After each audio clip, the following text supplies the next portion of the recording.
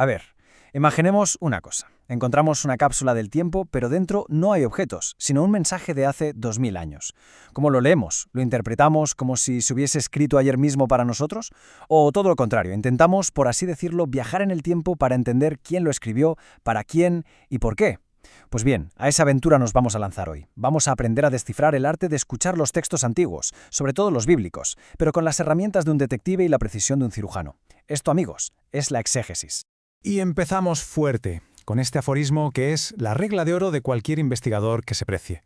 Porque, ojo, el mayor peligro al leer un texto sagrado no es la ignorancia, no, es la arrogancia de pensar que podemos coger una frase, arrancarla de su mundo y hacer que signifique lo que a nosotros nos dé la gana.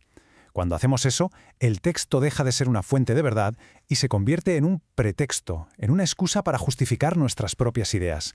Y las consecuencias, como nos podemos imaginar, son enormes. Y aquí es donde empieza nuestra misión, la de los detectives textuales. La escena del crimen, por llamarla de alguna manera, es el pasaje bíblico. Las pruebas son las palabras, la gramática, los manuscritos antiguos. Nuestro trabajo no es llegar con un culpable ya en mente e intentar que las pruebas encajen a la fuerza. No. Nuestra misión, la del exégeta, es justo la contraria. Se trata de silenciar nuestras opiniones, analizar las evidencias con toda la objetividad posible y reconstruir lo que el autor original quería comunicar. En resumen, extraer el significado, no imponerlo. Y esto nos lleva a la distinción clave. Fijaos bien, porque aquí se libra la gran batalla de la interpretación. Por un lado, la exégesis se acerca al texto con humildad, casi de puntillas, y le pregunta, ¿qué dices? Lo que hace es escuchar. Por otro lado, la eisegesis. La eisegesis entra derribando la puerta. Llega con sus propias ideas, su propio discurso, y le grita al texto, «Di lo que yo quiero que digas». Vamos, que la exégesis es un diálogo respetuoso con el pasado, la eisegesis es un monólogo egocéntrico en el presente. Es que la propia palabra ya nos da la pista definitiva. Exégesis en griego significa literalmente guiar hacia afuera. Es un acto de sacar a la luz algo que ya está ahí dentro del texto. Y fijaos qué interesante, es una ciencia y es un arte. Es ciencia porque utiliza métodos súper rigurosos, la crítica textual, la arqueología, el estudio de los idiomas originales como el hebreo y el griego, pero también es un arte porque requiere intuición, sensibilidad y esa capacidad de conectar los puntos para ver el cuadro completo, tal y como lo vieron sus primeros destinatarios. Vale, y para que no nos liemos, vamos a poner la exégesis en su sitio. Como vemos aquí, es el cimiento de todo. La exégesis es el trabajo de campo, la arqueología.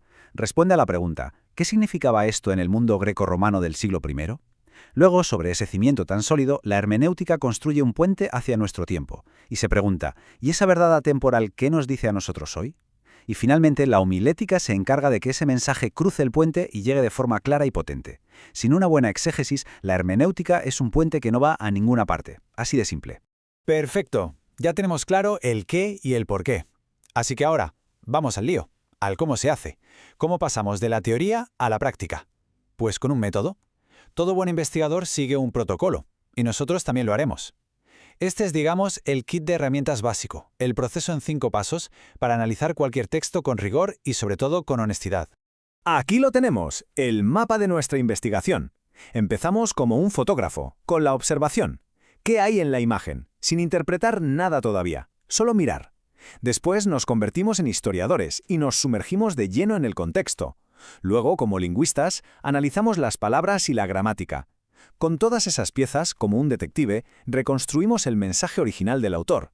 Y solo al final de todo, una vez que hemos escuchado con claridad la voz del pasado, nos preguntamos, ¿cómo resuena esa verdad en nuestro presente?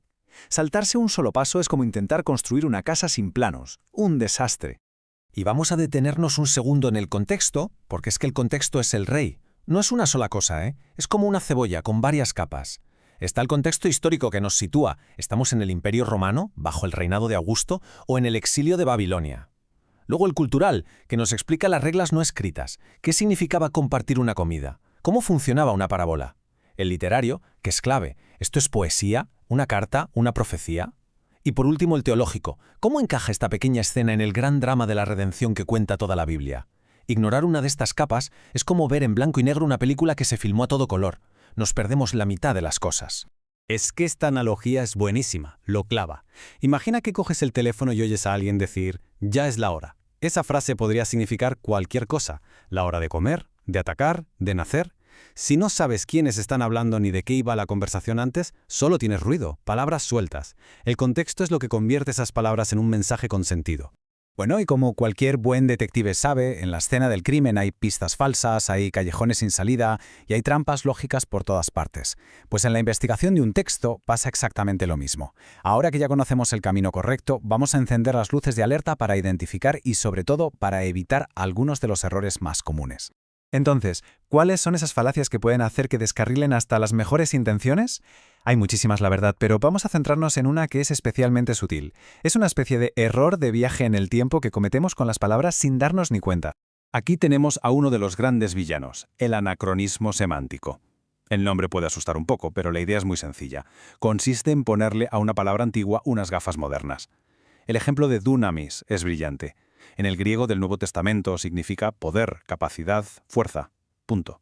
Muchísimo después, en 1867, Alfred Nobel inventó la dinamita y usó esa raíz griega.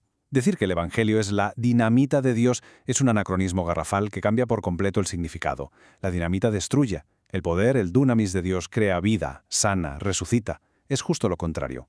La exégesis precisamente nos vacuna contra estos errores.